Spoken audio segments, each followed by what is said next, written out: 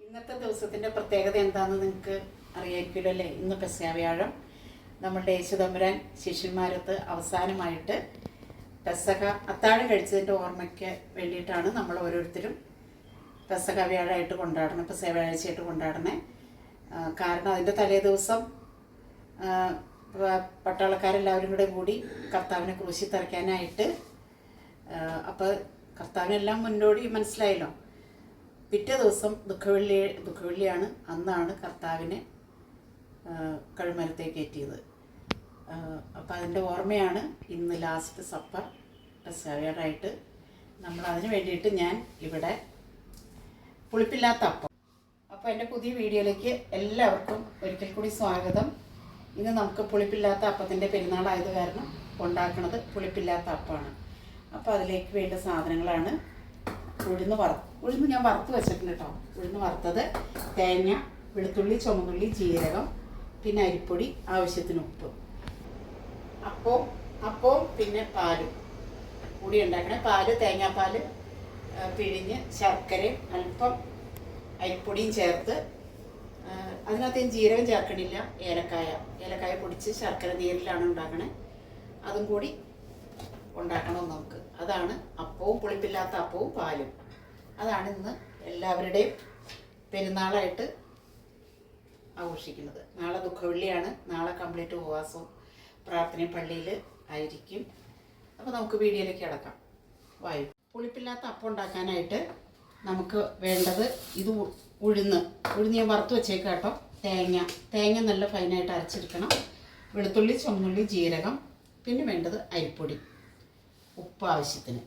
അപ്പോൾ അതൊക്കെ ചേർത്ത് നമുക്ക് മിക്സിയിൽ അടിച്ചെടുത്തിട്ട് അപ്പച്ചെമ്പിൽ വെച്ച് പുഴുങ്ങിയെടുക്കാം.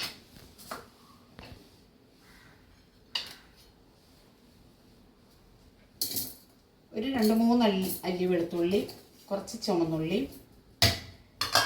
പിന്നെ വേണ്ടത് അല്പം ജീരകം, തേങ്ങ ആവശ്യത്തിന് എടുത്താൽ മതി. കുറച്ചുള്ളൂ, അതുകൊണ്ട് ഞാൻ ഒരു മുറി തേങ്ങ മുഴുവൻ എടുത്തിട്ടില്ല. വെള്ളവും കൂടെ ചേർത്ത് നമുക്ക് നന്നായിട്ട് നിറച്ചെടുക്കാം.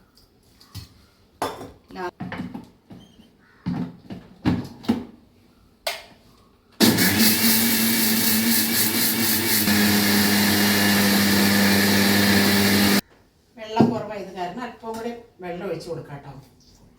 കാരണം ഉഴുന്ന് തേങ്ങ ചെന്നിട്ട്, ഉഴുന്ന് ഞാൻ വറുത്തെടുത്തേക്കണേ. പച്ചയ്ക്ക് അരച്ചാലും കുഴപ്പമില്ല.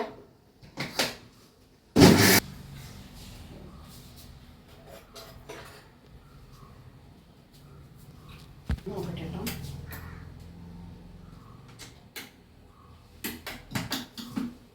കുറച്ച് വെള്ളം കൂടി ഒഴിച്ച്,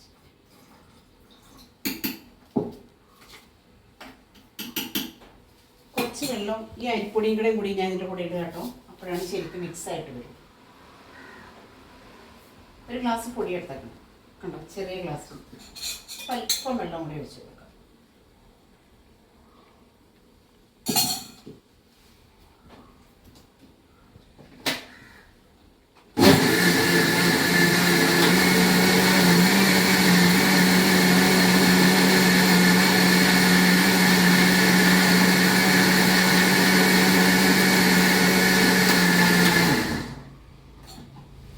ഞാൻ ഇതിൽ ഉപ്പിടാൻ മറന്നുപോയി. അപ്പം അല്പം ഉപ്പും കൂടെ എടുത്ത് ആവശ്യത്തിന് ഉപ്പിട്ട് കൊടുക്കാം കേട്ടോ. ആവശ്യം നോക്കി മാത്രം ഉപ്പിടുക.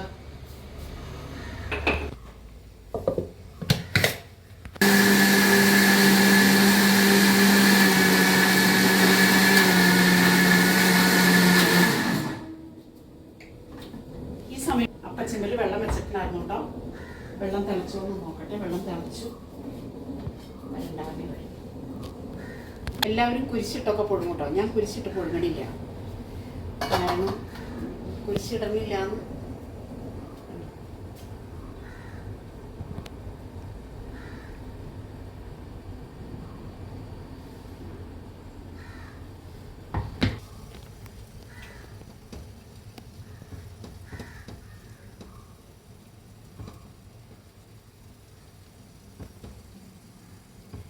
ഇതാണ് മുറിച്ച് നമ്മൾ പാലിൽ മുക്കി കഴിക്കണത്.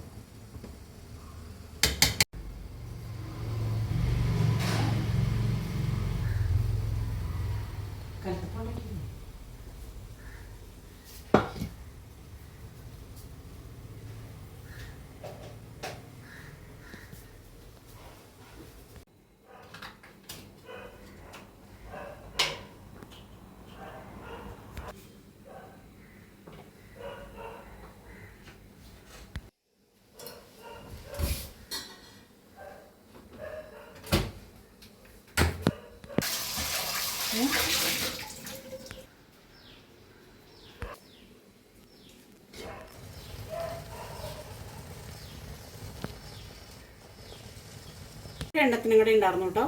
അപ്പോൾ നമുക്ക് അതും കൂടെ ഒഴിച്ചു കൊടുക്കാം. ഇത് ഈ അപ്പമാണ് പാലിൽ മുക്കി നമ്മൾ കഴിക്കുന്നത്. അടച്ചു വയ്ക്കാം.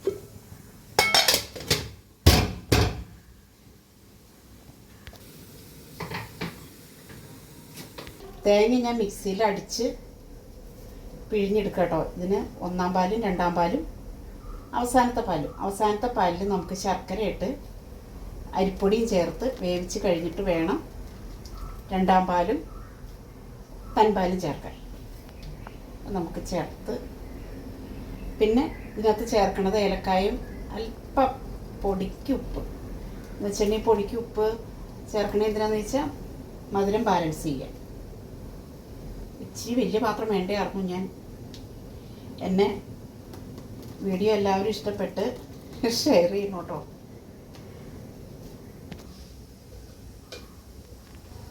പുതിയ വീഡിയോ കാണുന്ന എല്ലാവരും എൻ്റെ വീഡിയോ സപ്പോർട്ട് ചെയ്യുക, ഷെയർ ചെയ്യുക. അത് എന്നെ സബ്സ്ക്രൈബും ചെയ്ത് എന്നെ പുതിയ എല്ലാവരും എന്നാലാണ് ഞാനിത് നോട്ടിഫിക്കേഷനൊക്കെ നിങ്ങൾക്ക് വരുള്ളൂ. ഒരുപാട് കൊച്ചു കൊച്ചു വീഡിയോസുണ്ട്. നല്ല വീഡിയോ നിങ്ങൾക്ക് കാണുമ്പോൾ മനസ്സിലാവും. കുക്കിംഗ് വീഡിയോ ആണ് അധികം. ചെറിയ ചെറിയ വീഡിയോസൊക്കെ കണ്ട് എന്നെ ഇഷ്ടപ്പെട്ട് എല്ലാവരും എന്നെ സപ്പോർട്ട് ചെയ്യുക. ബെല്ലൈക്കണുകളെ കൂടി അമർത്തിയാലാണ് ഞാൻ ഇടുന്ന വീഡിയോൻ്റെ നോട്ടിഫിക്കേഷൻ നിങ്ങൾക്ക് വരുള്ളൂ. അപ്പോൾ അതും എല്ലാവരും സബ്സ്ക്രൈബ് മാത്രം ചെയ്തുകൊണ്ട് കാര്യമില്ല കേട്ടോ. ബെല്ലൈക്കൺ അമർത്തണം. ബെല്ലൈക്കൺ അമർത്തിയില്ലെങ്കിൽ ആ ഒരു വീഡിയോ കാണുമ്പോൾ അത് മാത്രമേ കാണാൻ പറ്റുള്ളൂ. പിന്നെ നോട്ടിഫിക്കേഷൻ വരില്ല. ഇതിപ്പോൾ ഞാൻ 1.5 മുറി തേങ്ങ കേട്ടോ. ഒരു മുറിയും പിന്നെ ഒരു അരമുറി തേങ്ങയും കൂടെയാണ് എടുത്തേക്കണേ. ഒരു 5-8 മറ്റേ ശർക്കര കഷ്ണം. അല്പം പൊടി എന്ന് വെച്ചാൽ ലേശം 1 സ്പൂൺ പൊടി മതി, കൂടുതൽ പൊടി വേണ്ട. അപ്പം അതൊക്കെ ചേർത്ത് നമുക്ക് പാല് വെക്കാം.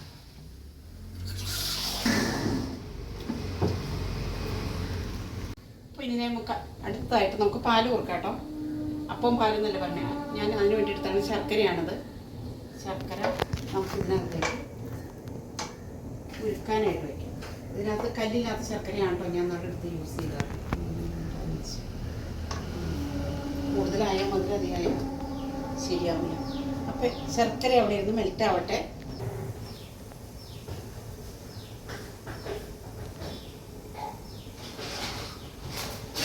ഇതിപ്പോൾ 2 ടീസ്പൂൺ അരിപ്പൊടി കേട്ടോ. വറുത്ത അരിപ്പൊടി, അപ്പപ്പൊടിയാണ്. കൊഴുക്കട്ടയ്ക്കൊക്കെ ഉണ്ടാക്കുന്ന പൊടി. അത് നമുക്കൊന്ന് കലക്കിയെടുക്കാം. പൊടിയിൽ തന്നെ എടുക്കാം. തേങ്ങാപ്പാലിൽ തന്നെ ഒന്ന് കലക്കിയെടുക്കാം.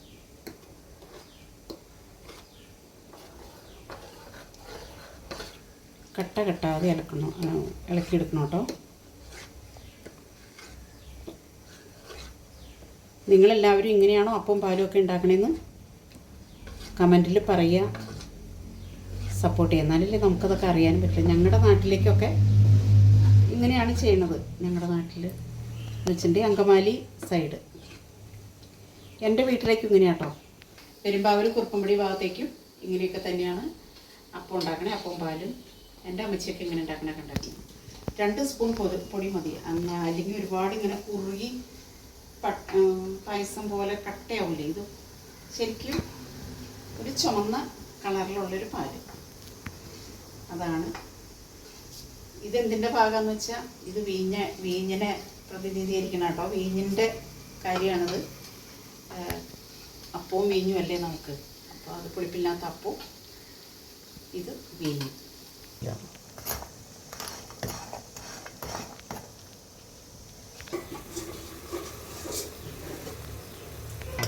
ശർക്കരയെല്ലാം മെൽറ്റായി.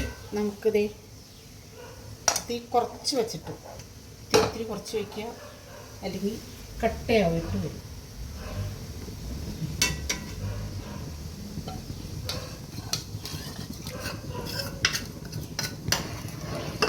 കൈയെടുക്കാതെ ഇളക്കണം കേട്ടോ.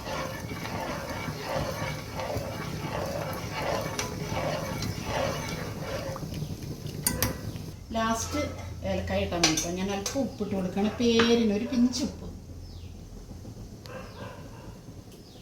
മധുരം ഒന്ന് ബാലൻസ് ചെയ്യാം. അപ്പോൾ റെഡിയായി.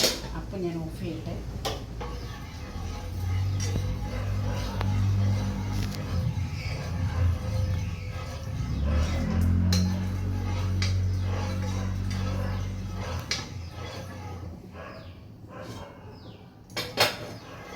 വെന്തിട്ടുണ്ട്.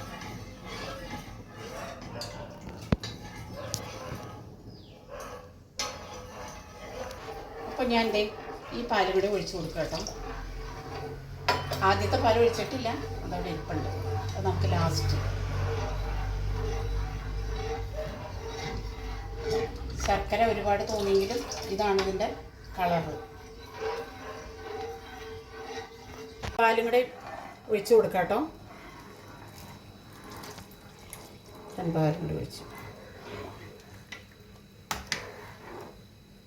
ഒരുപാട് ശർക്കര ഇട്ടിട്ടില്ല. ഇത് നല്ല മധുരമുണ്ട് കേട്ടോ, നല്ല മധുരമുണ്ട്.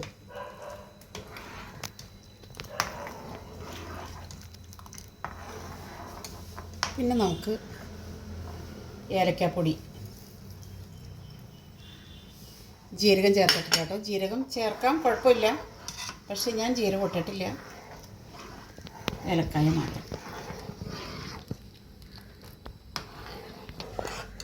നമ്മുടെ പാലിവിടെ റെഡി ആയിട്ടോ. ഗ്യാസ് ഓഫ് ചെയ്യുന്നു. പാലും റെഡിയായി.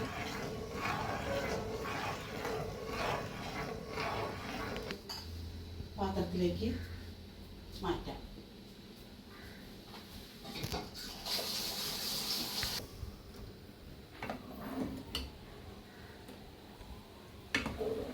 പെസഹായുടെ അപ്പവും പാലും ഇവിടെ റെഡിയായി. നമുക്കത് നോക്കിക്കഴിഞ്ഞാൽ